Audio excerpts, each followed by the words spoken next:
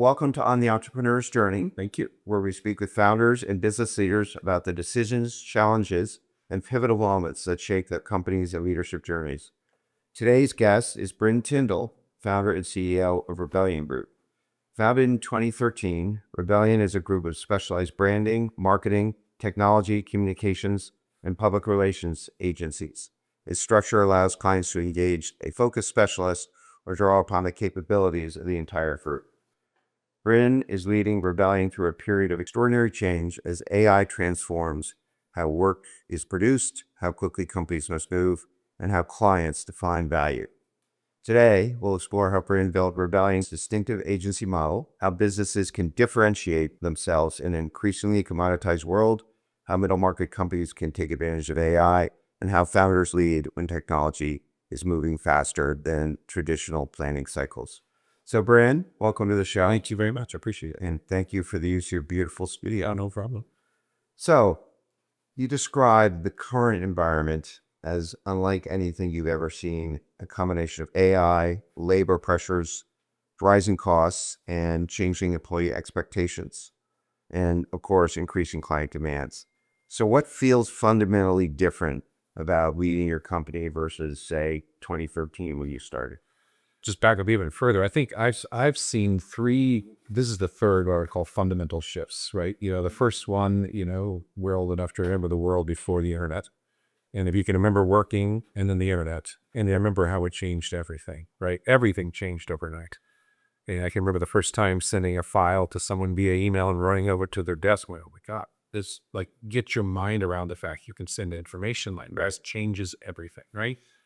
Then you fast forward somewhere in the 2009, 10, somewhere in there, everybody adopted smartphones and mobile. Mobile was a massive fundamental shift because it made us connected everywhere at a point. And now all the information that we were tethered to was now sitting in our pocket, right? And it again shifted a lot of things. E-commerce really took off at this point because you could buy anything. And well, so it was a huge fundamental shift. And I would argue what we're going through right now is the biggest of the three, which is this AI shift. And it's happening at an unprecedented clip.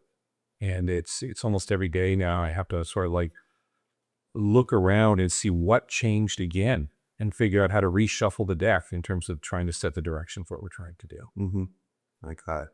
So it sounds like it's putting more pressure.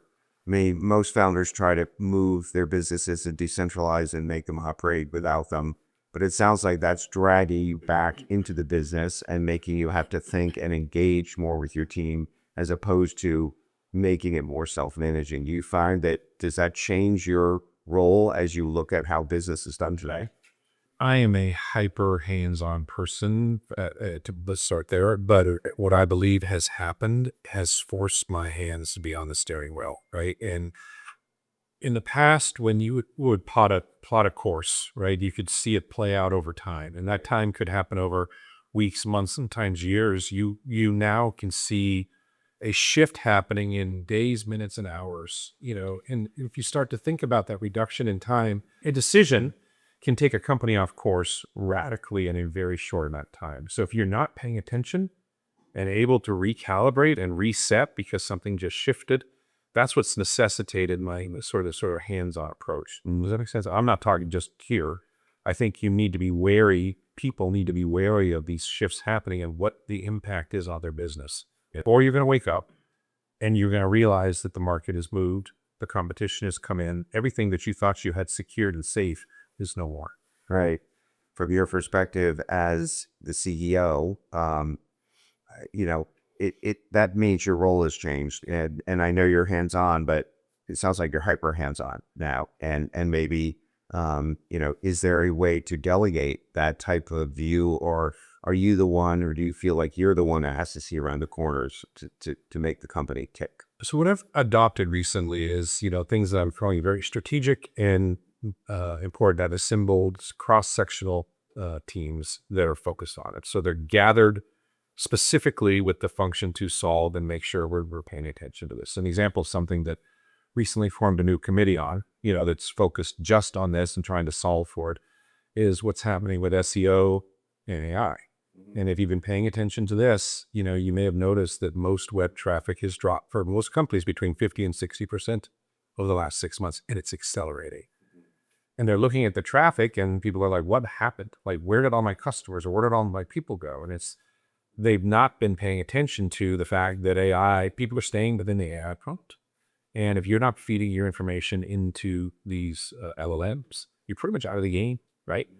And this is changing things fundamentally for how people were driving traffic to their sites and, of course, lead generation. So this is a good example of something that's radically shifted what's happening in the marketplace. Most people are unaware that this has happened.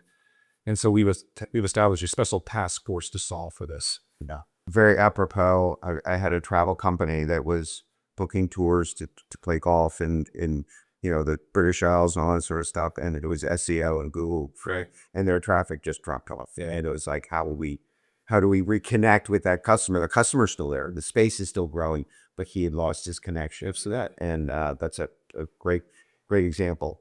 So let's step back to when you start building this group, because it's called the Rebellion Group for a reason. And there are a bunch of specialized agencies that work together as an integrated solution or independently. And you actually have a client need and you might have a pod that addresses it. So what led you to build the company that way? Because you think about, branding agency or sort of marketing agency as being sort of a total solution, but you've chosen to break out these areas. What led you to do that? I find it an interesting model. Yeah. I mean, if you back up, when I started the company in 2013, it was coming out of some other businesses that I had. I was looking around the marketplace of what was happening. And if you can remember that time frame, this is around the time that taxis got disrupted by Uber, right? Blackberries were getting disrupted by iPhones and so forth and so on, and I saw just disruption happening in the marketplace. Kodak used to have a monopoly on film, and overnight they didn't, and on and on and on, right? And I was looking at that, and having been involved with marketing took quite some time. You know how most marketing budgets are done. Most people literally take last year's budget, they literally go save as, and sometimes they mark it up 20% or down for whatever it is, but that's the thing, that's the plan. And I was looking at what people were doing, and it's like, you can't keep doing what you've been doing if you think you're going to compete in this marketplace. So the DNA of the Rebel brand was not necessarily to sort of be a rebel just to be a rebel, but you better be open to looking at things differently if you're going to survive. So that was baked into it, from the beginning. I appended the word interactive to it because at that time, I felt everything needed to move in that direction. Rebel interactive was the idea. Be open to change, be aware that disruption is happening, surround yourself with people that aren't necessarily yes men, and be willing to move quickly, right? That was the idea. And of course, there's digital in it, right? You fast forward, and the reason for the brand shift. And I liken it to the Apple brand is a good example. If you go back to when the TV commercial launched and they launched the TV, the hammer against the TV, if you saw in that original Apple commercial, the brand was positioned as a rebel, as an alternative to, IBM and Microsoft and so forth, right? But if you fast forward to today and you walk in an Apple store, and you walk around and look at the elegance and the sophistication and think of the products and so forth, the rebelness has migrated it, right? Still, it's DNA for sure, but it's moved much more to what's called the sage archetype now, the smart wisdom, right? So it's struck a balance between its roots and where it needed to go. So we were looking at the Rebel brand a couple of years ago and saw some of that in it too. Like, of course it's interactive. I mean, right? I mean, everything is now. Everything has to be. So like, does that word really need it there? And what we saw was a need for the brand to grow up too, right? So that's part one. So we wanted to migrate the brand like Apple to a more sage-like archetype, right? Secondarily, we were looking at the customer base, and then, they sort of actually fall into two camps for us. One is, people are looking for an agency of record, right? Where it's one-stop shop. But that's not everyone. Some people are looking for very boutique-type opportunities to put their time. So they already have agencies of record, but they're not necessarily strong in certain disciplines. And so there was a need to set up shops that were hyper-focused in these areas, if that's where you wanted to come in to sort of the Rebel ecosystem, or if you wanted it to look across the board. So we position the company as, depending on who we're talking to, you can purchase us this way, or you can purchase from us this way. It's also given us the ability to organize the resources very specifically around, what those disciplines do, and to grow the skill sets of those areas. So give me an example of somebody who just said, I've got an agency of record, but I need X, and you were the perfect fit, and they chose you and probably stay with you. Yeah, so a good example of this team here is the Mercedes-Benz account, right? They have multiple agencies of record, and I couldn't tell you who they are, but they're the big boys, right? But needed very sophisticated digital production services like we provide here. So they ask us to help them on an ongoing basis with digital video production. You'll see these in their social posts. You'll see ad campaigns and so forth. And they've asked us to come in and help with that to augment the rest of the work. And it probably allows you to compete for bigger accounts than perhaps just a normal middle market agency, which I know you do a lot of, but you can get some bigger accounts through specialization. By and large, the landscape of the big boys is all carved up, right? And here and there they make changes, but in general they stay within these very large super companies. But they have these sub projects that are crumbs to big agencies are actually pretty good size. Yeah. Right. So getting back to the AI theme, and you had this great quote where you talked about you don't have enough money to be boring, and AI has sort of commoditized a lot of the messaging, and everybody starts to sound the same.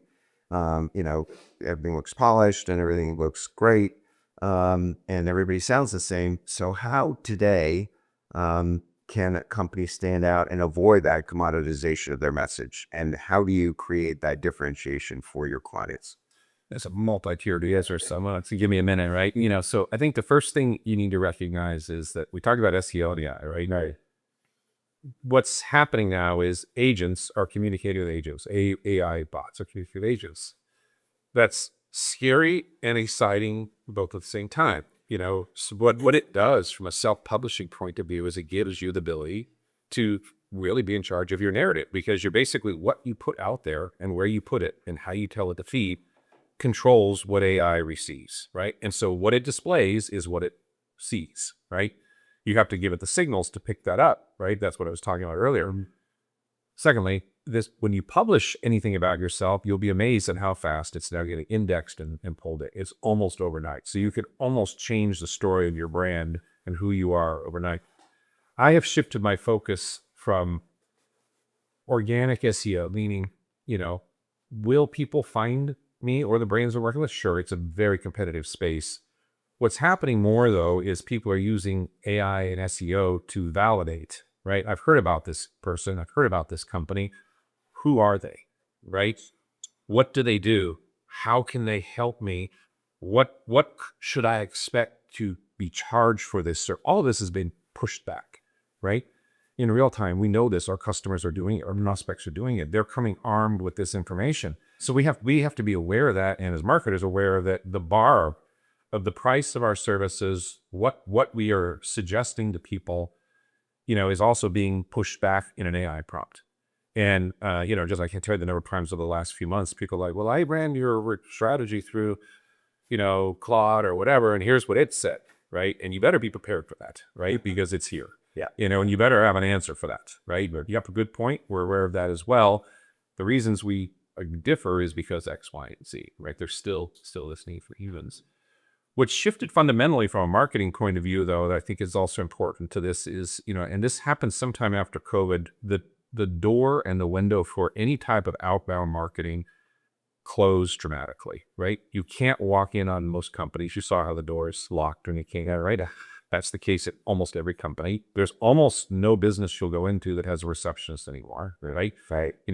In general, people don't take voicemail, or if you send them to voicemail, they seem to forget that they have to check it, right? You know what I mean? Most people. So if you don't have their mobile number, you don't have their email address, and you don't have the ability to start pushing content, then you're pretty much dead in the water. This fundamentally changed everything for marketers, right? And people still are playing this game of, well, I left 1,000 messages to you. Good luck, man. Well, good luck. Nobody's going to get back to you, right?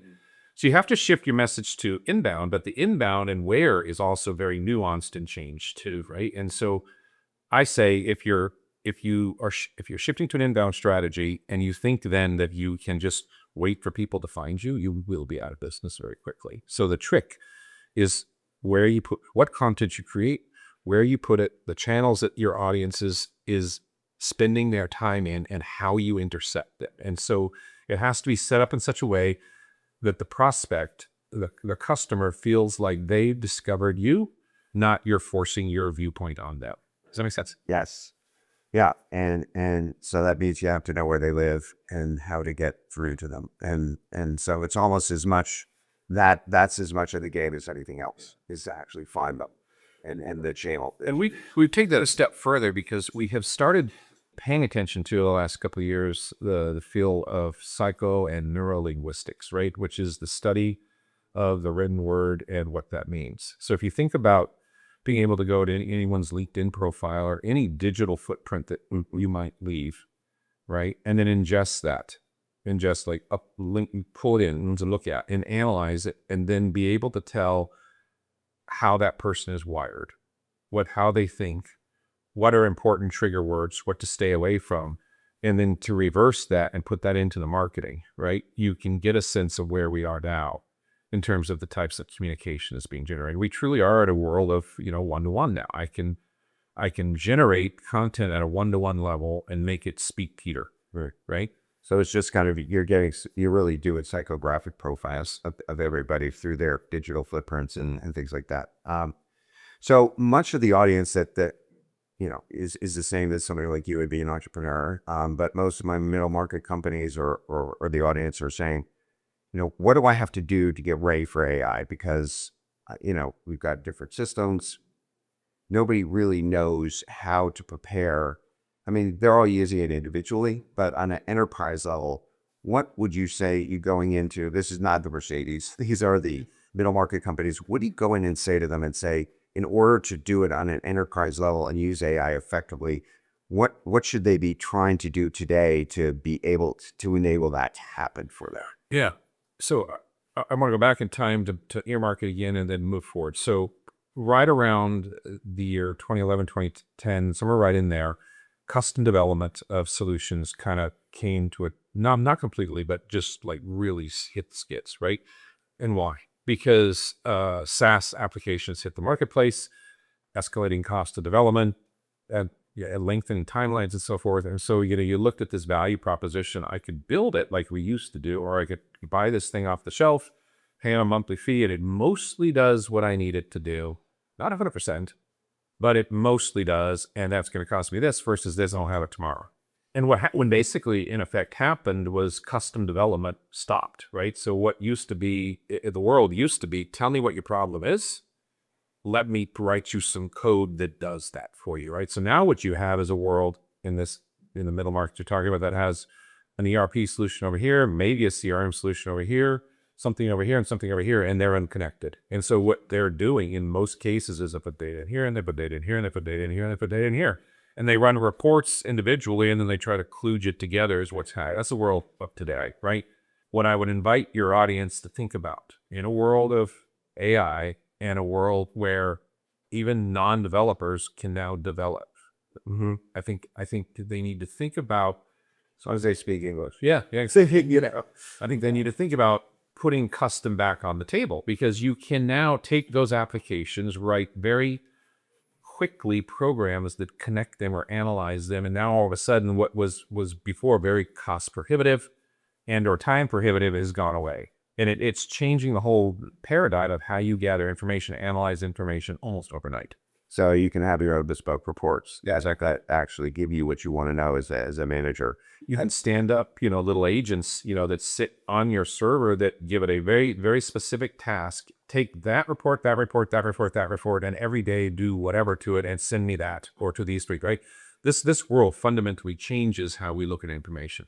But they do, I think what you're saying, though, is you do need to have the data generation in the first place underneath all this for it to really be effective. Yeah, and I think a lot of them do. Yeah, I think, a lot of people went around and sold these solutions and told people you need to have this, that, and the other thing, right? And I think they have them. They just are unconnected and underutilized is what you'll see. Most of the SaaS applications, I think the statistic is 80% of the software that people have purchased over the last X amount of time sits underutilized or underused, right? Which is pretty significant. Yeah. So I guess it sounds like what you're saying is to use use your underlying CRM and ERP and everything else and layer the AI on top of it. And is that something where you would come in and do that, or is that something where an AI firm, would that be a marketing firm, or is that kind of the solutions that you would do, or is that something an AI company devoted would do? Yeah, I'm saying a couple things. One, I would say, do you need that CRM, or do you really need something much more simple that does just this, that can be spun up overnight? So do you need that license? Say, I don't know. Maybe you do, maybe you don't. But here's a simple solution that could be generated for you almost overnight that handles what you really need from a CRM. To answer your second question, we are a development shop. We're an AI development shop. We're a business strategy shop. I see what I've described as a fusion between your business strategy and the tech stack that you adopt in the future to solve your business problems. I guess then going back to your business and how you're running it, the option or the opportunity set is very huge because there are so many things that you can solve for these companies. How do you focus on, or how do you choose not to focus on 20 things, but 10 or the most common business problems? Have you gone out and assessed really where you can sort of productize and get some efficiencies in what you're doing? I mean, you've got already, 4 or 5 things in the rebellion group alone, and that would tend to lead to complexity. And I'm thinking here now, there are tons of solutions out there that you could provide, but that would also lead to complexity. So how do you winnow it down to the basic stuff that you can actually scale and make money to? Yeah, I mean, several years back, we started a software suite we call Rebelware, which is a series of SaaS modules where it basically dried a lot of the processes at Rebel. So in other words, we went out and built our own stuff. We then turned around and turned them into products and put them out in the marketplace. The shift that I've just described also pertains here, right? So one of the tools is a software application that we wrote for small business to manage the recruiting, vetting. It exists. It exists in most cases at enterprise level, not at a low price point and for small business, right? Now, when we put it out in the market, it's like, here's what the tool does, just like all SaaS products.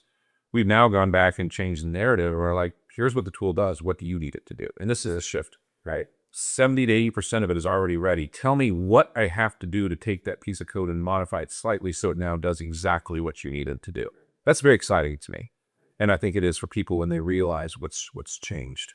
It sounds like you had a lot of embedded products that were providing solutions anyway, and now you're just applying it through the AI lens as opposed to maybe the SaaS lens. Yeah, it's business lens first in using AI and the ability to code and develop quickly to solve the business/technical problem. This is, it's moving at light speed. You've got the agency, you created it, you've got a bunch of boutiques. I usually talk 3 years out. We had a discussion before, and you said, I don't even think longer than 6 months out. So what would be the vision for you as you take this collection of businesses, you view it in the lens of technology that we talked about, where do you want to take it, or where do you see it going for, the next 6 to 12 months? When we were talking about that, when you were asking 3-year goal, it's not that you can't think in 3-year terms. I think you better think in more like 6-month sprints is what I was just saying. I mean, maybe connected to the 3-year goal, because you will find that there's a lot that changed between, just the peace treaty that happened yesterday and the implications, think about that for a minute. If it's really happened, what does that happen? What does that mean now for tariffs? What does that share? Yeah, it's changed the landscape. And this, everything is connected. There is a ripple effect from that we will feel and start to feel very quickly in the American economy and so forth. So you need to be aware of that kind of stuff. I think the opportunity right now for myself and businesses that look like this is because of what's happened with AI and the replacement of more lower end wage sets, right? And the awareness of what it can and cannot do.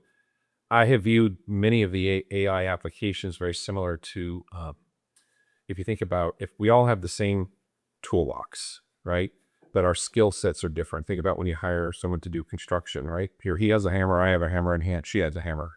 But the skill set is completely different. And what you get out of that hammer is also completely different. The byproduct of when it's all said and done using the hammer as a tool is going to look completely different depending on the skill set you bring to the table. Does that make sense? Yes. And so I have been focused on upgrading the talent as much as possible in the company with the awareness that much of the functions that they used to do have changed or are changing. And it requires a much more sophisticated ability to process information at the top. I'm talking about Rebel, but I'm also talking about the marketplace. This is not just a very specific problem to Rebel. I'm sure you see this happening across the market. Yes.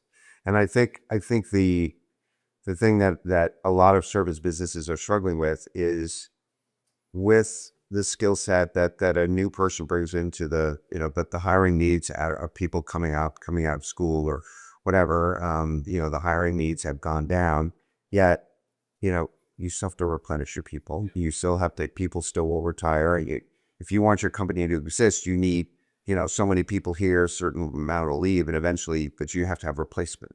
And a lot of people are grappling with that, is how do we still maintain enough young people that we can educate and move up to the levels that we need to sustain our business over time. How has your hiring changed in terms of the young people that you're hiring? Because I look around here and it's fully young people. Yeah. Well, I don't mean this the wrong way, but where technology is not an older person's game, just to be clear, right? And there's very, very clear lines where it stops, and we're with groupings of stuff you're familiar with. Yeah. And so, you can teach it to anyone, but it's the amount of time it takes for them to figure it out is what you're talking about, right? I just had a conference, as you know, about this very topic, right? And because I think what you just hit on is a problem that we all better figure out sooner rather than later. And the issue as I see it is because we are hiring fewer younger people, and because the tasks that they were doing, have been automated and replaced by applications and agents and so forth, right? Those jobs that, used to give people the lower level skills that they built upon are disappearing and or gone, right? Mm-hmm. If you were to now fast forward 5, 6, 7, 8, 9, 10 years and think about 10 years of no entry level skill sets, and all the rest of us moved forward, and you look back, think about the hole you have right there. It's actually pretty scary, right? That's the reason I had that conference the other day, to try to help think and start to solve for it. I personally think, and we've kind of adopted a version of this here, the old apprenticeship model is the only answer. I can't see how, other than taking on young people en masse, under your wing and teach them a skill. I almost wonder if this isn't something that the state or the government gets behind and underwrites at some point. But at a minimum, I think it's our responsibility to do something along these lines to build skills. Right? Just before I came to this meeting, I was meeting with one of the people we recently brought in, and we have these fast track internships, and every 30 days, what did you do? Let me see it, that kind of stuff. And we're at the 90th day of this particular person's review, and looking at all the skills that we've taught this person over 90 days. Came in, smart girl, right?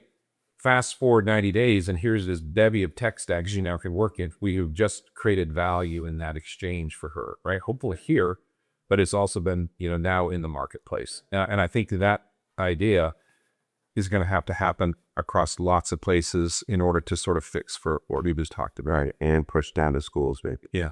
And very, very interesting. Having 5 kids, I'm seeing it, and they're coming out of school now, and it's just, it's really difficult to navigate. I would say too, to your point, schools need to get moving on this quickly. What they're coming out of school with, they're still smart and all that kind of good stuff, but the actual application of the skills, it's like they're teaching to, 2000 instead of, 2025 or 2030 or so forth, right? It's like we have to almost start over. Yeah.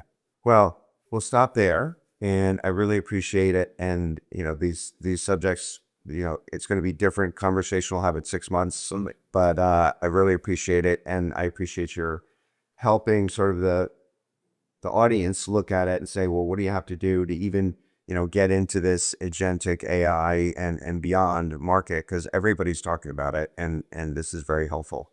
So until next time, we'll see you on the entrepreneur's journey, and thanks for being with me. Thank you very much. I appreciate it. Thanks.